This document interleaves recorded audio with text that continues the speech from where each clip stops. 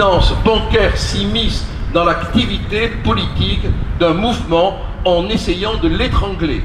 Nous devons nous mobiliser, non seulement pour nous, mais pour toutes les femmes et tous les hommes qui demain peuvent, par décision d'un banquier, se voir privés d'une vie financière qui est aujourd'hui indispensable à l'existence.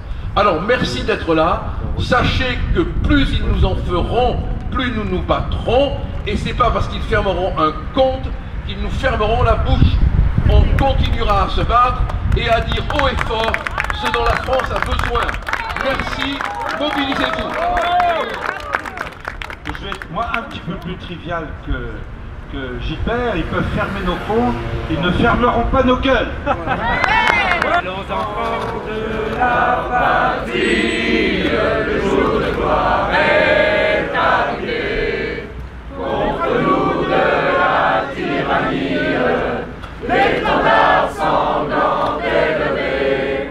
L'étendard rugir ces féroces soldats qui viennent jusque dans nos bras, égorger nos fils et nos compagnes.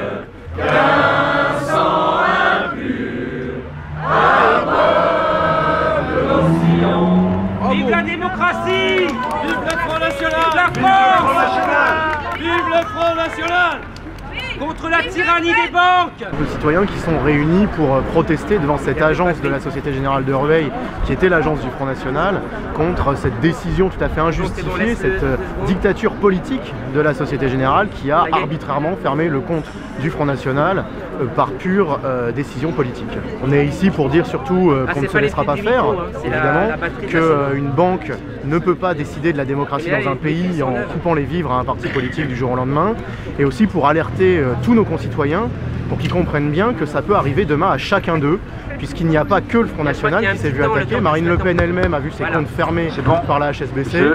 Ça peut arriver à n'importe qui demain que par décision politique, une banque décide de mettre au banc une partie des concitoyens parce qu'elle ne leur plaira pas politiquement. C'est absolument inacceptable dans une démocratie et nous n'avons pas du tout l'intention de céder devant la dictature bancaire. On peut saisir la Banque de France, ce qu'on a fait, qui nous a donné une banque qui est une dépendance de la Société Générale.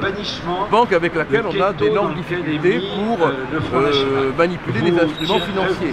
Donc on est dans une situation très difficile qui est une situation politique, une situation totalitaire.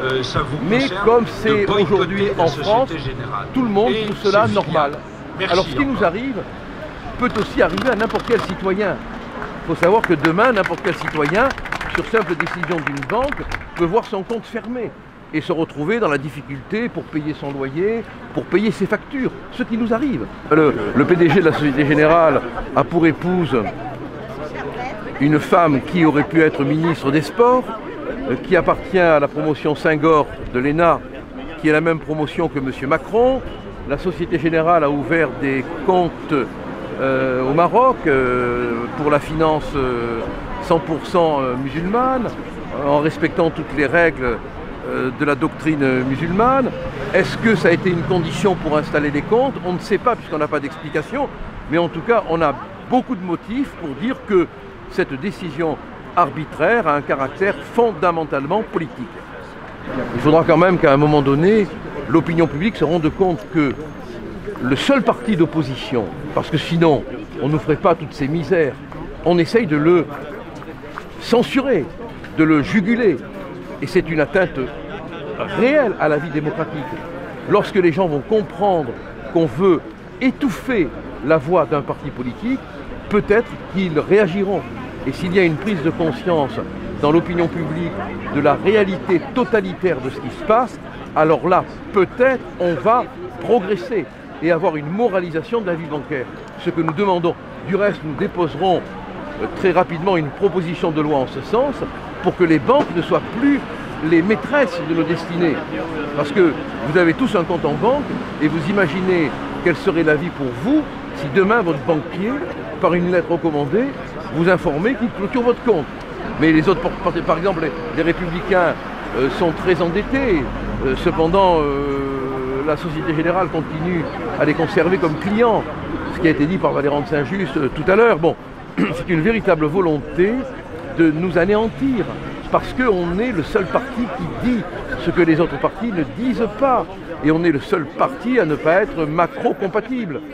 Donc on cherche par tous les moyens à nous empêcher de vivre. Mais on se battra pour vivre, croyez-moi. Et c'est pas eux qui auront le dernier mot.